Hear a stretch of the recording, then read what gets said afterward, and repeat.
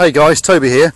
It's approximately 9:30 on Sunday the 27th, I believe, of January 2013. I may be wrong there, but I'll correct it later if I am. I'm just out for a cardio walk. What I planned to do was 4 miles in under an hour or thereabouts, okay? And the route that I've chosen is from the Spa shop in Starcross down Creepy Brick Lane, which, to those of you that actually know where that is, basically what it is, it's the road between Powderham Church and Starcross along the railway line, okay? And the plan was to walk along this road until I got to Powderham Church and then follow the path up to the first level crossing that you cross before you get to the turf lock. Things went a little awry though, because about 10 minutes ago, as I was walking down this road, I encountered an area of flooded road, okay? There's actually a river that flows through Powderham Castle grounds and actually flows into the ex-estuary, and this seems to have burst its banks and flooded the road. As I approached this area of flooded road, I thought to myself, shall I walk along the wall? But it's a slight curve in the road, and I thought maybe it was about 100 yards long or something like that, but it turns out to be a lot longer. What I actually chose to do was to climb through the fence and climb up onto the railway line and walk along the Great West Main Line train track for I think maybe a couple of 100 yards. I was hoping it wouldn't be very far, but it actually was quite a long way, and there were several points where I actually had to walk along the track.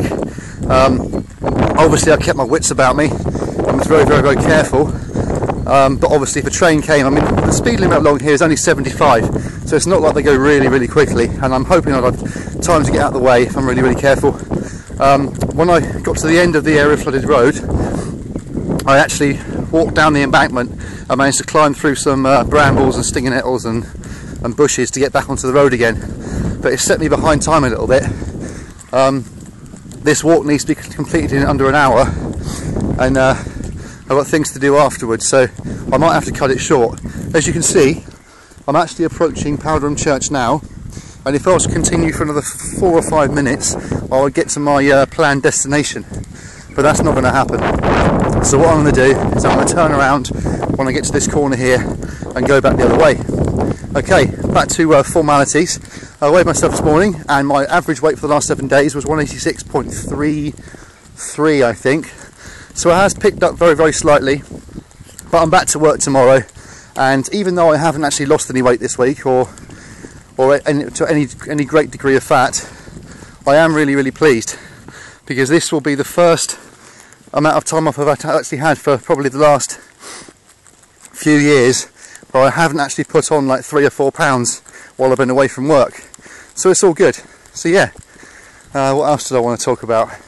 Not a lot really. Oh yeah, today is a high carb day in preparation for today's leg workout. Sorry, tomorrow's leg workout. That's assuming that I actually survive, because in the next 10 minutes I might actually be killed by a train. What I'll do is I'll try and get a little bit of video in a minute of me walking along the track, and you'll see what I mean.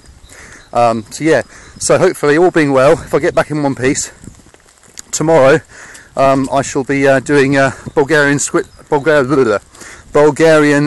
squats. And in preparation for this, today is a high carb day. I'm going to try and leave my my eating as late as possible. I'm thinking 1 o'clock today, and really maximise the fat loss benefits of this walk.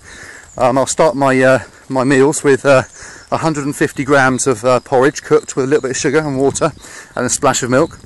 I'll have 6 whole hard-boiled eggs, 40 grams of cashew nuts, an orange, and a Synergy ISO 7 protein and creatine shake.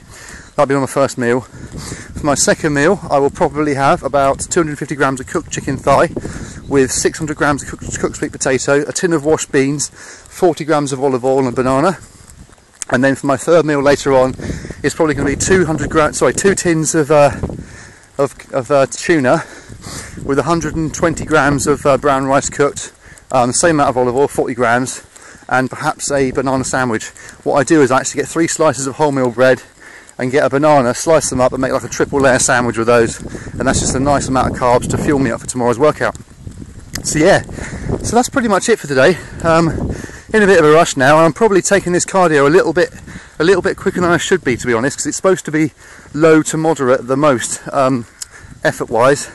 and you should be able to hold a conversation without breaking your words. I'm obviously not doing that, but I'm a little bit anxious about what's coming up next. I've got a fence which I need to climb through. 1 second, there's a guy behind me. Slow down a little bit. Good morning. Morning. You won't get too far, mate, because there's a flood down there. You've seen it, yeah. Okay, fair enough.